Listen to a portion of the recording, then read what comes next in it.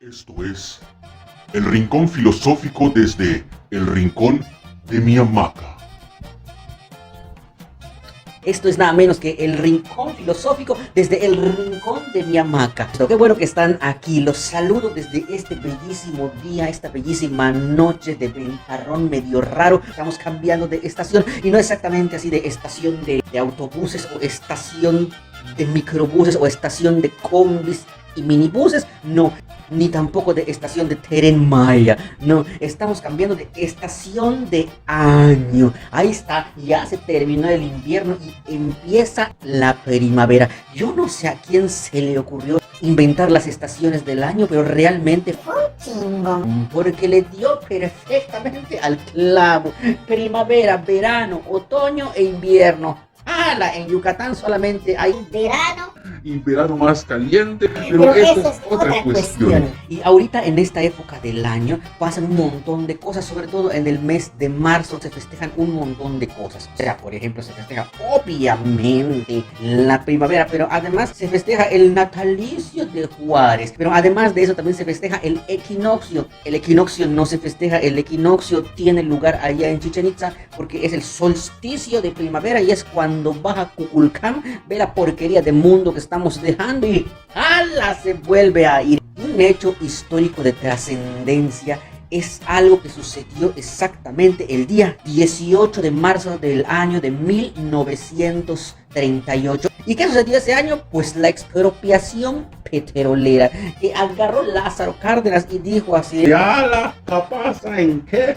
Vamos a expropiar el petróleo, de acuerdo a una ley que yo mismo hice junto con mis demás seguidores, mi secta de gente que me aconseja qué hacer, que se llama la Ley de Expropiación del año 1936. Resulta ser que en los años 1800 y algo, cuando don Maximiliano de Habsburgo estaba aquí en México, si bien este señor hacía cosas buenas por el pueblo, también hacía cosas medio raras, o simplemente que por ignorancia, pues las hacía y ya ni modo, y una de ellas fue otorgar concesiones a las compañías petroleras del extranjero, de Holanda, de Inglaterra, de Estados Unidos, y les dio así, le dijeron así: pues exploten el petróleo, ahí está aquí el petróleo, véanlo, hay allá en Tabasco, en donde se excavó uno de los primeros pozos, hay allá en el norte del país, hay allá en Campeche, háganlo, ahí está, vengan aquí, así ustedes mientras sacan petróleo y lo llevan a sus países, pues a nosotros también nos dejan riqueza, cosa que no fue así porque el impuesto que cobraban era mínimo y las compañías se aprovechaban de eso. Pero bueno, pasó el tiempo y así como que todos se hicieron como que de la vista gorda. Luego vino don Porfirio Díaz, que amaba a México con toda su alma y todo su ser, pero también no estaba libre de cometer errores garrafales como agarrar y dar más concesiones a más gente para que venga aquí a seguir explotando nuestro petróleo. Luego pasó el tiempo y la gente se empezó a dar cuenta de eso. Estos están llevando nuestro petróleo. Y los políticos decían: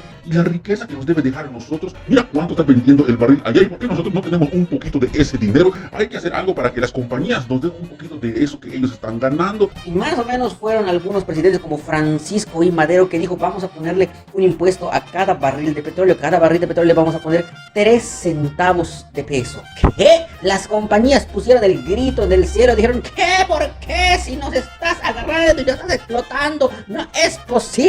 Y se sostuvo este señor de mala gana. Algunas compañías empezaron a pagarlo, otras agarraron y dijeron: ahí está mi ley de amparo, no te pago ni fruta nance. Ya entonces derrocaron en la decena trágica a Francisco I. Madero y ese trato se rompió otra vez. O sea, eso de los 3 centavos se rompió otra vez y hubieron varios presidentes que querían hacer esto, poner impuestos al petróleo, a todo lo que saliera del suelo mexicano, pero las compañías se escudaban y hacían un montón de cosas, como por ejemplo, como tenían tanto dinero, también lo que ellos podían hacer era hacer que la gente se levante en armas para decir: no, nosotros no queremos pagar impuestos. Generalmente eran las compañías de Estados Unidos las que hacían eso, las otras también, pero más las de Estados Unidos. Llegó Huerta y Huerta dijo: no querías pagar 3 centavos, pues ahora vas a pagar los 65 centavos que debe de ser. Y tampoco lo quisieron y también se ampararon y pasó el tiempo y había un montón de desigualdades. Los empleados mexicanos que trabajaban en petróleo y sus condiciones de trabajo también eran pésimas, mientras que los extranjeros que trabajaban en el petróleo vivían en lugares buenos. Todo esto se fue fijando poquito a poco y como quien dicen, de poquito en poquito se llenó el jarrito. Llegó entonces Lázaro Cárdenas y quiso poner también el impuesto y se pelearon un montón. Nada más que en ese momento los trabajadores también se levantaron e hicieron huelgas como para que los dueños de esas empresas dijeran: Guay, mira. Eso que están haciendo, hay que hacer algo. el país se vio envuelto en este tipo de crisis medio raras. Luego los empresarios empezaron a decir: No vamos a hacer caso de esas cosas. al final Lázaro Cárdenas les dio un ultimátum y les dijo: Hoy me sube fruta, ¿sabes qué? Si no haces lo que te digo, te voy a expropiar.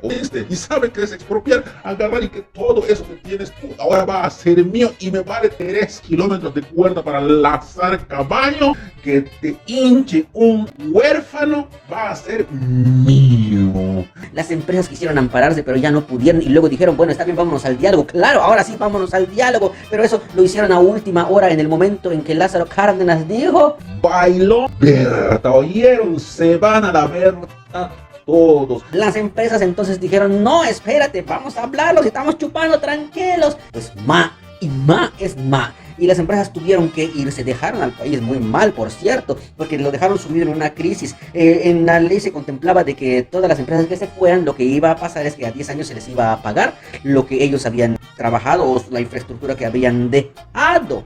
Algunos dijeron: no, nosotros queremos regresar y además el petróleo es nuestro, pero había una ley que no sabían ellos que decía que todo lo que estaba por encima sí era de ellos, o sea, por encima del suelo sí era de ellos, pero todo lo que estaba debajo le pertenecía a la soberanía nacional. Y bueno, con el tiempo, pues el boicot, las refacciones que se le vendían para las maquinarias de petróleos, simplemente las compañías grandes que se fueron le dijeron a las otras compañías que vendían esas refacciones: no le vendas a México.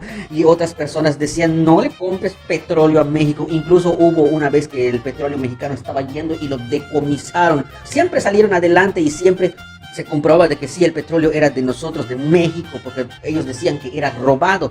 Pero para eso, o sea, ya implicaba todo un gran gasto. Poquito a poco se fue normalizando todo hasta nuestros días. Era todo lo que tenía que decir y feliz primavera.